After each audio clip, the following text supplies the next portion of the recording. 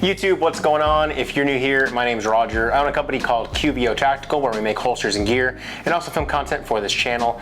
In today's video, we are taking a look at a new offering from Springfield Armory in their Saint lineup. I am talking about their new Saint Victor pistol chambered in .308.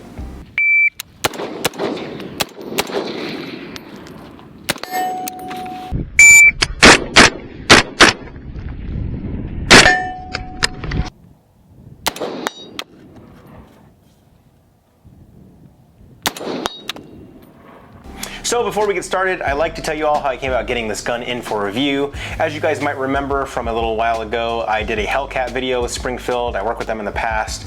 So they reached out and asked if I'd like to check out their new .308 Saint Victor pistol. In addition to that, they told me that they would be providing a second one of these guns for us to give away here on the channel, which that's super awesome and we are very grateful. Thank you. I appreciate that they consider me to help out with the launch of the new gun, and I appreciate that they're going to be able to give us the opportunity to give somebody on our Patreon squad a new gun as well. So I did, however, ask the question, why an AR-10 pistol? And they told me that initially that they had the same reaction until they started getting several requests for this platform. So I did a little bit of digging, some internet research, and I started coming across a variety of manufacturers that were putting out AR-10s in the 10 to 10.5 inch platform. So I thought this might be something that I'd want to check out. Springfield, as always, told me the gun was mine to do whatever I wanted to do with, so I decided to take the offer and put this review together for you guys to check out. So real quick, let's go over the specs and how I set this gun up. The Springfield Armory Saint Victor .308 pistol will come to you chambered in .308 with a forged lower and upper receiver from 7075 T6 aluminum, a nickel boron coated flat face trigger, a standard charging handle with standard safety selector, a BCM Mod 3 grip, which you guys all know is my favorite grip on the AR platforms. It also comes with a 10.3 inch melanite coated barrel with a 1 in 10 twist, a free float M-LOK handguard with hand stop, and an SB Tactical SBA3 brace. I did add a couple things of my own for this review, the first being the Atibal X 1 in 10 low power variable optic.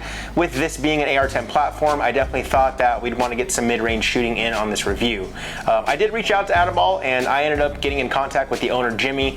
Super awesome guy. We hit it off right off the bat, ended up having an hour-long conversation just about similar interests, but I did talk to him about what my plans were for this review, and he was nice enough to send us over their 1 to 10 Atibal X LPVO.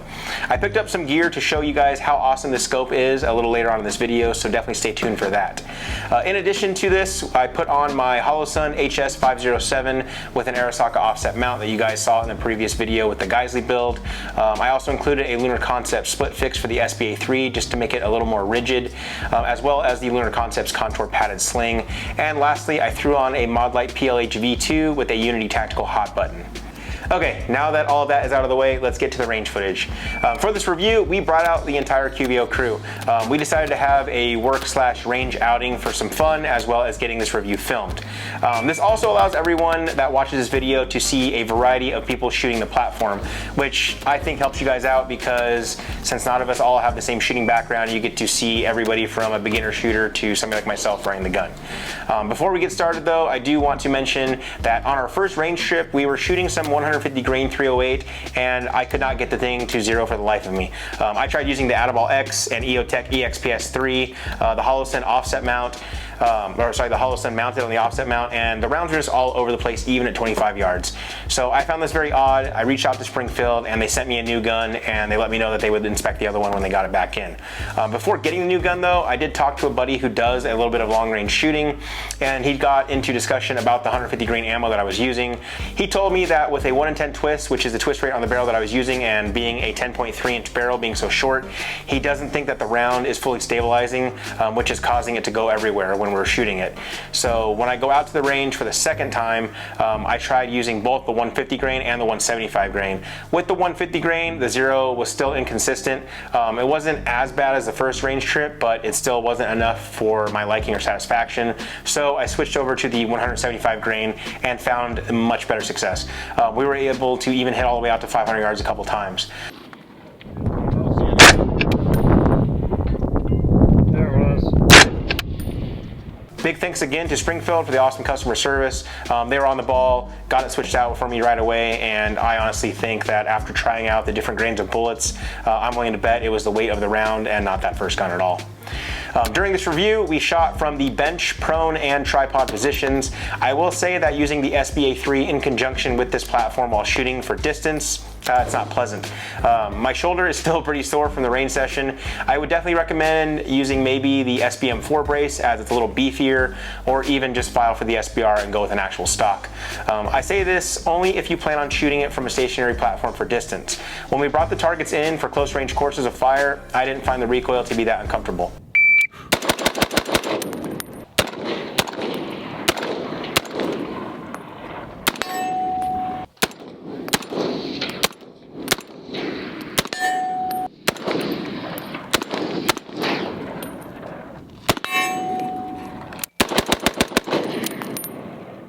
Now let's go back to the why question. Why a 308 round in a compact platform? Well, there's the obvious because we can statement, but I like a little more reasoning than that. I then started thinking about a gun that I used to really want, the M1A SOCOM 16 CQB from Springfield. This is a large caliber compact platform that was being used by law enforcement agencies in rural areas in the US. So this got me thinking about how the new St. Victor pistol could be used for those types of departments, or for those who own a lot of land in rural areas. As far as a patrol rifle in a large city like here in Vegas, I don't really see it happening. Now for this review, I wanted to get some awesome shots of us using the gun from 100 to 500 yards. I reached out to Tacticam and picked up their camera at a discounted industry price. This camera is perfect for getting these types of shots. As you guys can see here, we were able to hit 100, 200, 300 yards easily. 400 and 500 though, with a little bit of wind, they weren't the easiest, but we still were able to reach out and touch them with the Atibal X1 of 10.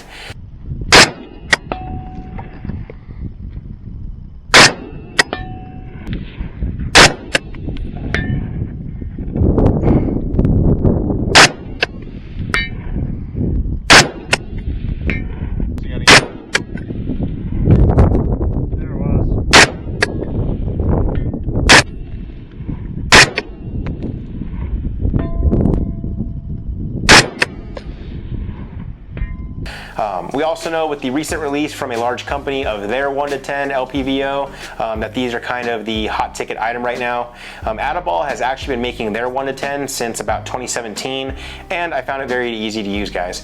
They have a built-in throw lever, which makes it easy to go between the 10 different magnification settings.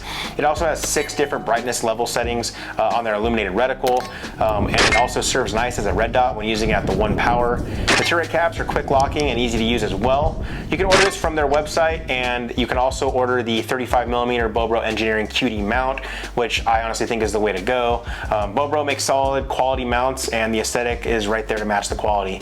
In addition to all of this, guys, the glass is clear. It's a first focal plane scope. It comes with a lifetime warranty, and it's only 800 bucks. Kind of sounds like a no-brainer to me if you're looking for a new LPVO. Good point. If you check out their Instagram page, you'll also see that they are working with a military unit on a 1 to 12 optic right now, so I'm definitely interested in seeing that when it comes to fruition. Alright guys, so my overall thoughts on this platform. If I was a hunter, then yes, I could definitely see me using it. If I was a resident officer or a police officer on a small department in a rural setting where I'm out in the sticks doing my patrol, then yeah, I think it'd be great to have one as well. However, for me currently, like where I live in Vegas here, I don't see myself clearing my house with this setup. The velocity of the round and the recoil just alone are something I wouldn't want to deal with in like a CQB type situation in a large neighborhood. I did, however, find this more enjoyable to shoot when slung and running it on multiple close range targets versus shooting from a stationary position, like I said before.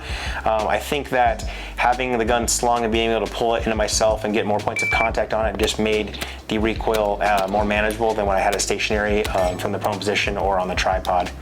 I think down the road I might change some stuff out with their buffer system, their charging handle, and the muzzle device to make it a little softer of a shooter. It's not that it's not manageable, like I said before, but if you're out on the range shooting 600 to 1,000 rounds in one session like we did, be prepared to have a hurt shoulder for the next week or so.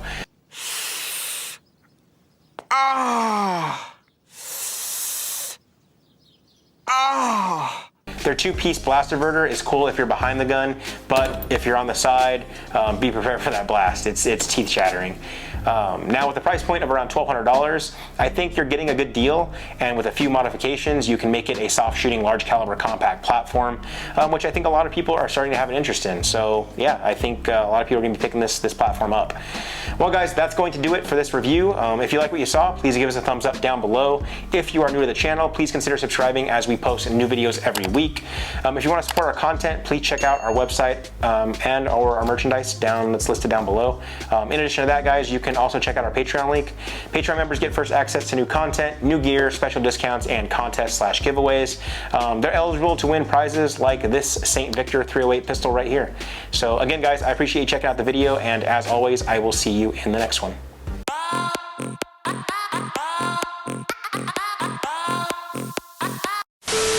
What is it? You hit it? We hit it right off the bat. There you go.